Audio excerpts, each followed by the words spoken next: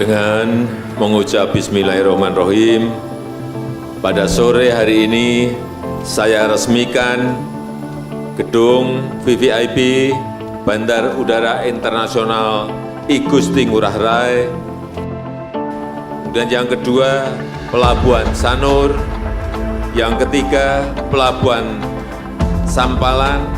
Dan yang keempat, Pelabuhan Bias Munjul, Nusa Ceningan di Provinsi Bali. Terima kasih. Puncak perhelatan konferensi tingkat tinggi KTT G20 segera berlangsung di Bali pada tanggal 15 hingga 16 November 2022.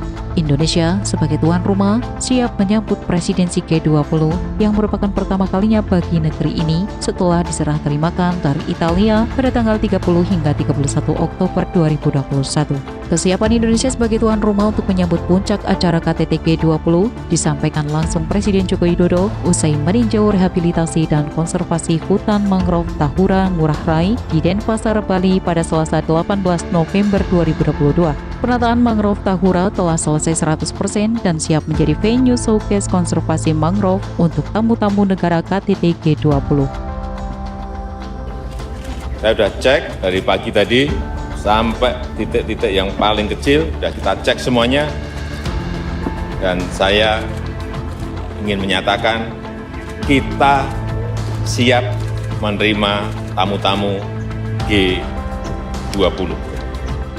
Selain kawasan konservasi mangrove Tahura, Presiden juga telah memerintahkan Kementerian PUPR untuk membenahi sejumlah infrastruktur di Bali. Kesiapan infrastruktur sebagai etalase Indonesia dimulai dengan pembenahan terminal VVIP Bandara I Gusti Ngurah Rai yang mempermudah akses tamu KTT G20. Pembangunan terminal VVIP dilakukan dengan konsep desain yang memadukan arsitektur kolonial dan ornamen kearifan lokal Bali. Konsep ini dipadukan dengan kerajinan khas Bali yang menghiasi bagian interior bangunan, seperti lukisan kamasan dan ukiran Astala Padma Buana pada bagian plafon utama, ukiran Bali Utara dan Singa Ambara Raja pada pintu masuk utara Gomendung. Selain ruang pertemuan yang berkapasitas sekitar 40 orang, terminal VVIP Bandara I Gusti Ngurah Rai juga dilengkapi dengan Presiden Suite, ruang rapat terbatas dan ruang press conference bagi para kepala negara yang akan menyampaikan informasi kepada publik. Pekerjaan lainnya juga telah selesai adalah rehabilitasi Waduk Muara Estuary Dam. Selanjutnya di bidang sumber daya air,